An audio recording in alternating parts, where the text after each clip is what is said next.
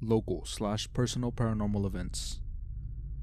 I live in a small city in northern Mexico. The oldest part in my city is claimed to be territory of witches and nahuales, Mexican animal shapeshifters. And previous to that, it was Apache territory. The area during this time was comprised of at most 10 families. As decades passed, more families would move in, but essentially means that until the 90s, a lot of the people living there were from a very small pool of families. As kids would grow up and build a home not far from the rest of the family. And one of those families were my mom's side. The story begins with my great-grandma's sister, who, unlike the rest of the family, was a Catholic, Christian, or Abrahamic in general, who was known to be a witch. Family rumor states that she became a Satanist since the 30s, and, not long after, extremely rich. It was suspected that she committed incest with her own sons, since they were kids, and raised them to be wizards. By the 50s, her own sons also became rich, but all of them died of some type of cancer or another during the 60s. In 1980, my grandma, 29, was summoned by my great-aunt, since she needed the youngest adult in the family. My grandma's sisters didn't count, since they haven't had any kids of their own, and weren't really adults.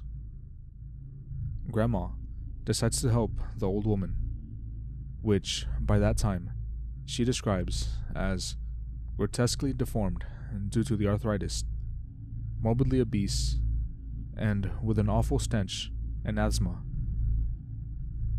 Accompanying the great-aunt was a shaman, who gave my grandma a silver ring and told her to put it on and never take it no matter what. Days passed, and things got weird. For example, during the mornings, the family would wake up and notice small lumps of salt and dirt surrounding the house, which, by the way, was still close to the rest of the family in the same area of the city. My grandpa, who came from another town, bought a big empty lot and spent the next decades building a house. It was the biggest area that belonged to anyone in the family, and it was said that one night the great-aunt had buried her treasure there. Another night, my mom and my uncle, about 10 and 8 back then, said they heard Apache Indian ghosts dancing in the backyard. This kept happening until one night where my grandma noticed the ring was turning black and it was staining her finger.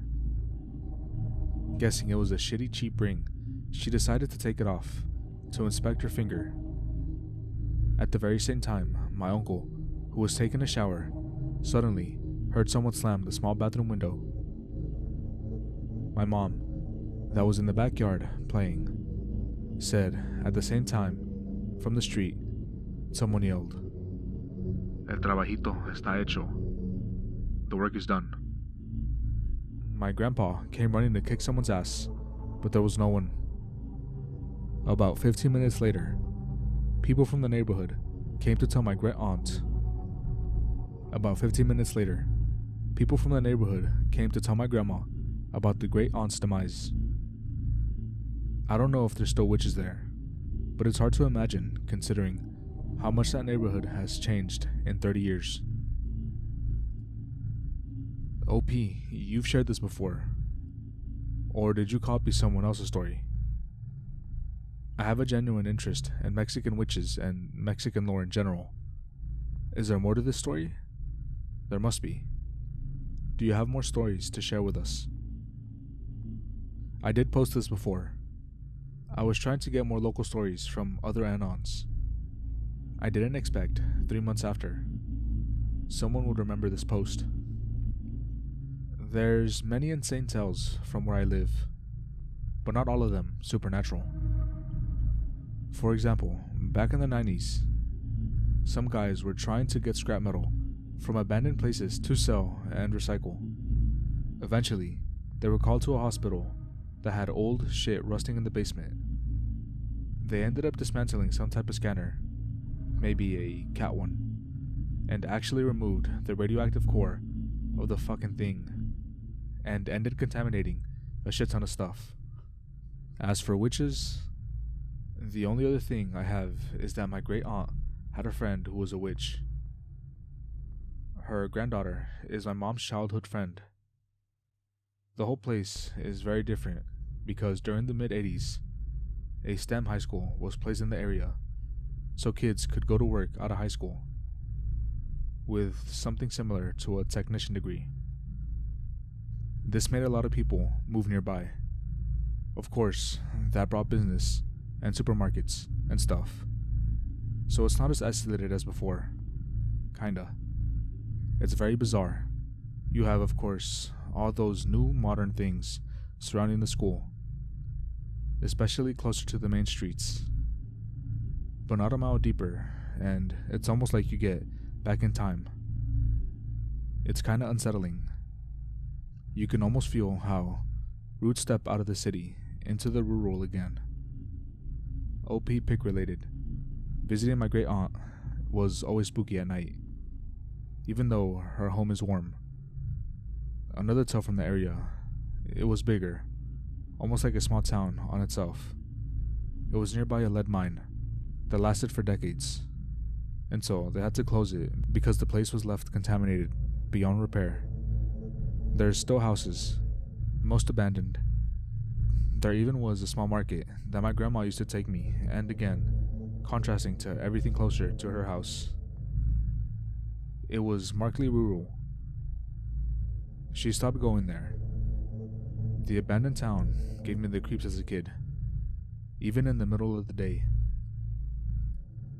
I'm not gonna tell a bunch of anons on the internet exactly where I live, but this is the city, Chihuahua, Mexico, about 200 miles south of El Paso. The blue circle is the general neighborhoods where the story happened. The light blue is more rural areas. The dark blue is the more urban ones. The green dot is the high school, and the red lines, the lead-contaminated soil zone. I didn't expect 3 months after someone would remember this post. Yeah, I'm kind of obsessed with Mexican lore. I wish more Mexican anons would post on here. As for witches, the only other thing I have is that my great aunt had a friend who was also a witch. Her granddaughter is my mom's childhood friends. I'll share a couple of things.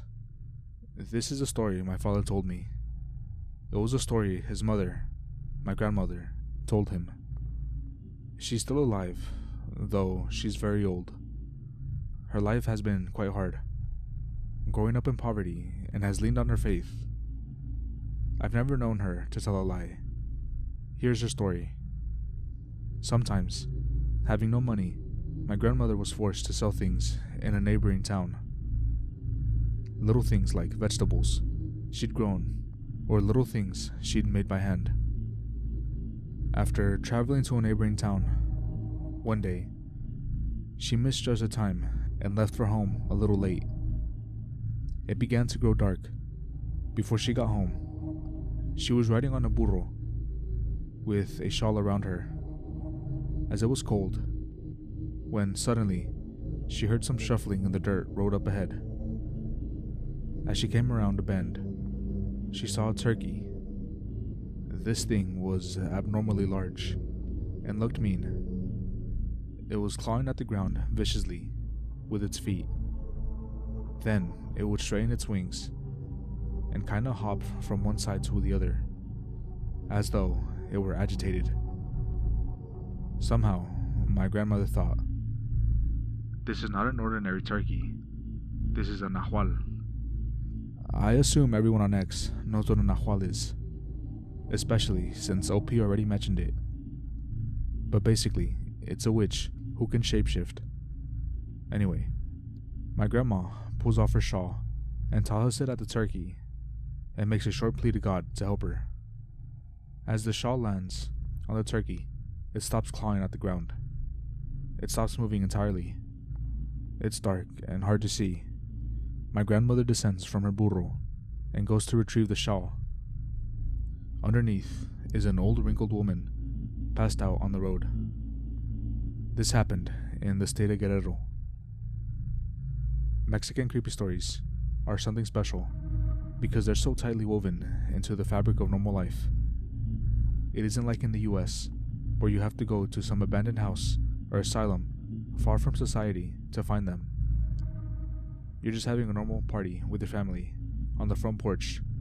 You call an Uber to get some more food, and at the end of the street, the only street light, you see someone standing and not moving, and shit like that is pretty wild.